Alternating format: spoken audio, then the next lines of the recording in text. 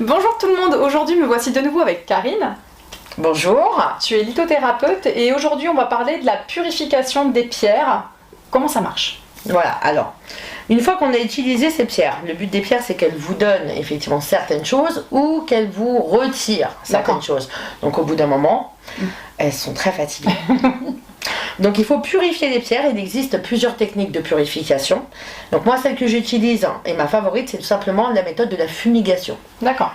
Donc on peut utiliser de la sauge blanche, on peut donc aussi utiliser certains encens de purification.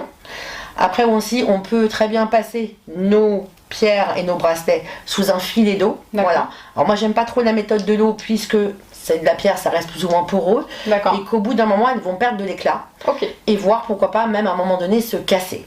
Ça les fragiliserait donc. C'est ça, c'est ça. Ok, très bien. Donc la fumigation, c'est pour moi la méthode excellente. Ok, très bien. Est-ce qu'il y en a d'autres? Alors, il y en a d'autres, mais le feu, donc ils vont être un petit peu plus compliqués. Un peu plus voilà, c'est ça.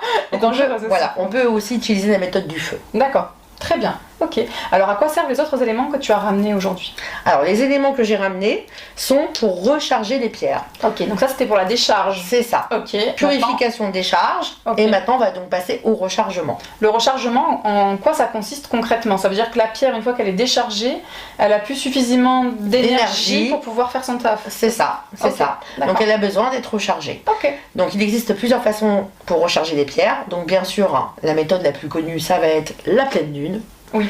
Voilà. Je l'avais pas en tête, mais carrément. C'est ça, la pleine lune. Après, il y a certaines pierres aussi qui vont au soleil, mais pas toutes. Oui, c'est pour ça que... Par exemple, l'améthyste ne va pas au soleil. Par exemple, le quartz rose ne va pas au soleil. Donc toutes les pierres ne vont pas au soleil. Bon, l'inconvénient de la pleine lune, c'est que c'est une fois par mois. C'est ce que j'allais te dire. Voilà. Faut savoir quand est-ce que c'est, les mettre. C'est ça, et ne pas oublier. Ça fait beaucoup. C'est ça.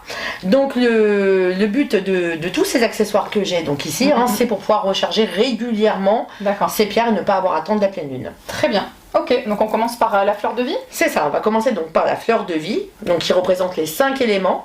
Et cette fleur de vie sert justement à donner de l'énergie. Alors elle va redonner de l'énergie aux pierres, mais en plus ce qui est bien c'est que vous pouvez avoir même ce dessin chez vous, il redonne de l'énergie aussi pour l'être humain. D'accord, ok. Ben moi j'en ai une sous ma carafe d'eau parce que du coup je me dis ça réénergise l'eau de ma carafe. Exactement, ben, c'est parfait, tu fais bien. Ok. Ensuite donc on va avoir les coquilles d'ormeaux. Et les coquilles Saint-Jacques. Ok. Alors je tiens à préciser quelque chose pour les coquilles Saint-Jacques. N'utilisez pas des coquilles Saint-Jacques qui sont passées au four. D'accord. Voilà. Ok, les industriels. C'est ça, les industriels. Voilà, parce que généralement c'est aussi une partie de la nacre qui va effectivement recharger. Ok. Bon après il y a une autre histoire pour les coquilles Saint-Jacques, mais ça pourra faire une autre vidéo. Ça marche. Ça marche. Alors ensuite donc on va avoir aussi tout ce qui va être la méthode avec les minéraux eux-mêmes. Donc on a forcément des petites géodes de cristal de roche, voilà, qui sert aussi donc à recharger les pierres. Il suffit tout simplement de déposer vos pierres ou vos bijoux sur la géode de cristal de roche, où vous avez la même chose donc avec les géodes d'améthyste. Très bien. Est-ce que ça veut dire que la pierre de cristal de roche et la pierre d'améthyste n'ont pas besoin d'être rechargées puisqu'elles rechargent? C'est ça. D'accord, ok. C'est ça. À savoir que le cristal de roche est très bien puisque c'est un amplificateur aussi justement d'énergie pour les autres pierres. Ok. Donc c'est très bien aussi de le mélanger sur certains bracelets. Ok, parfait. Alors, question importante, à quel rythme on décharge et on charge nos pierres? Alors moi ce que je préconise c'est de le faire au moins 3 fois par mois, tous les jours. D'accord, ok. Mais ça que généralement plus on a besoin de la pierre pour qu'elle nous aide, plus forcément elle va nous donner, elle va absorber ou retirer certaines choses. Donc je pense une fois par semaine et c'est l'idéal. D'accord, c'est l'idéal, ça marche. Combien de temps on fait ce nettoyage par exemple à la sauge pour décharger la pierre? Combien de temps tu dirais Alors tout simplement quand je prends mon bâtonnet, je ne sais plus qui est là. Voilà. Qui est ici donc ben, je vais passer tout simplement mon bracelet, je vais vous donner un exemple, je vais l'allumer et je vais rester comme ça 2 minutes, ça suffit. Ok. 2 minutes, voilà, le but c'est qu'il soit bien imprégné justement de la sauge pour être purifié.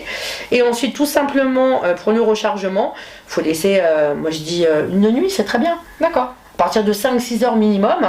Mais après c'est vrai que lorsqu'on a ces petits objets qui sont très bien utiles, autant les poser la nuit. Oui, oui, d'accord. Comme ça, ça fait son travail sur une période où on n'a pas forcément besoin. Exactement. Apporter la journée. Très bien, parfait. Merci pour ces informations, Karine. De rien. Merci à vous de nous avoir écoutés. On vous dit à très vite. Au revoir. Au revoir.